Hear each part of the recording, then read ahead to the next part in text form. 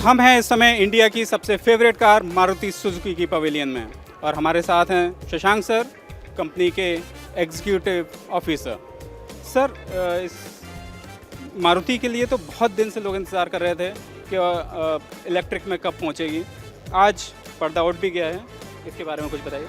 जी, ये काफ़ी दिनों से जैसे हमने ऐलान भी किया था कि हम 2025, 24, 25 माली साल में इलेक्ट्रिक व्हीकल लाएंगे और यही गाड़ी जो है आपने ये कॉन्सेप्ट EVX हमने आज सुबह अनवेल की। ये एक ग्लोबल अनवेलिंग है। इसका मतलब सिर्फ हमारे मुल्क में नहीं बल्कि आलमी सतह पे हम जो है इसको आज अनवेल किया है सुजुकी की तरफ से।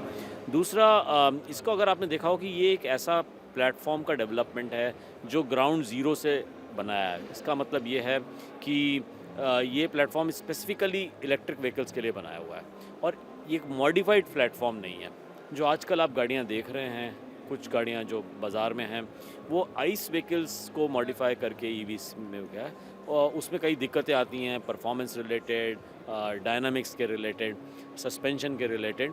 तो ये बनाई है हमने बिल्कुल से नया प्लेटफॉर्म में। एडवांटेज ये कि बैटरी इसकी आपकी पोजीशन और आर्किटेक्चर के हिसाब से बैटरी की पोजीशन आप बिल्कुल अच्छी रख सकते हैं और अगर आपने देखा हो इसका व्हील बेस काफ़ी बड़ा है। व्हील बेस बड़ा होने से इंटीरियर स्पेस बहुत अच्छी है और आपको काफ़ी फ्लेक्सिबिलिटी है इंटीरियर्स बनाने में। दूसरी एक खासियत आपने इस गाड़ी की ये बता दूं मैं कि इसकी जो रेंज है 550 किलोमीटर है, जो इस सेगमेंट में वन ऑफ द हाईएस्ट है। थर्ड, ये इसमें 60 किलोवाट आवर की बैटरी लगी हुई है, काफ़ी बड़ी बैटरी है, यूज़ होगी और ये of course made with not only Indian conditions in mind but global conditions in mind. और इस गाड़ी को हम 24-25 में उतारेंगे। ये इसकी खासियत है। ग्लोबल मार्केट के लिए अभी इसमें कुछ चेंजेस किए जाएंगे या फिर सेम मॉडल या सेम? हर उसका स्पेक्स एडजस्ट होता है। तो yes, just like any export vehicle, इसमें भी जिस कंट्री में, जिस मुल्क में हम गाड़ी बेचेंगे उसके मुताबिक स्पेक्स का ट्यूनिंग होगी। सर, मारुति को लेके एक यही है कि मतलब एक आम इंडियंस की कार मानी जाती है। रेट के बारे में कुछ किस रेंज में आएगी? जी देखिए, मारुति हमेशा जो है कस्टमर्स के लिए अच्छी वैल्यू देती है और कॉस्ट का कॉम्पिटिटिव है। और आपको एक मैं बता दूं कि हालांकि मैं इस समय प्राइस की शायद इसलिए बात नहीं कर पाऊंगा क्योंकि अभी 2 साल हैं इस गाड़ी को मार्केट में उतरने को और ये कबलज़ वक्त होगा कि अगर हम इस समय प्राइस की चर्चा करें। लेकिन ये मैं ज़रूर बताऊंगा कि EVs जो होती हैं उसका लगभग 45 से 50% जो है कॉस्ट बैटरी की कॉस्ट होती है।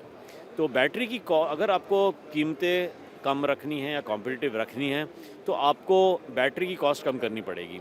और इसी वजह से और यही हमारे दिमाग में था कि इसके लिए ये लाजम है कि आप लोकलाइजेशन करें बैटरी का, इंडिया में प्रोड्यूस करें। और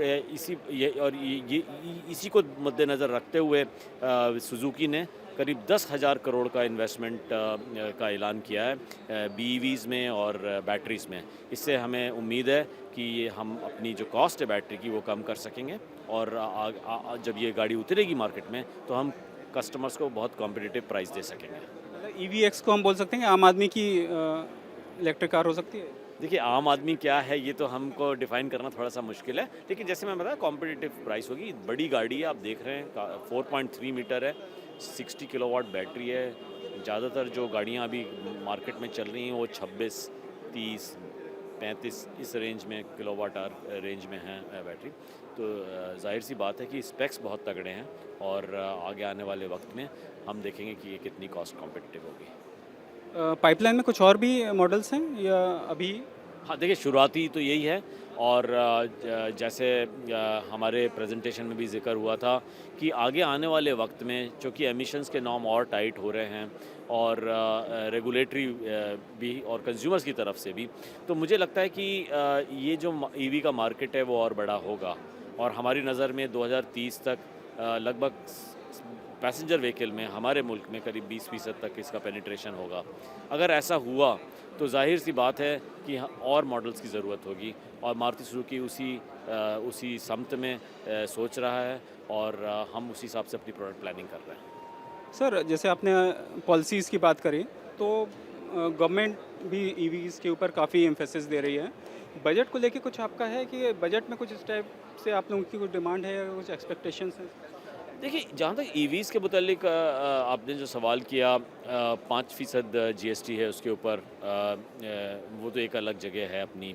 लेकिन अगर 2030 तक 20% ही पेनिट्रेशन होता है ईवीज़ का, तो ज़ाहिर सी बात है जो आइस व्हीकल्स जो बनेंगी उस टाइम तक, और हमारे कैलकुलेशंस के हिसाब से अगर आप वो एक सादा अदद शुमारी करें तो करीब 43 मिलियन गाड़ियां बनेंगी मारुति में, इंडस्ट्री में पैसेंजर व्हीकल्स।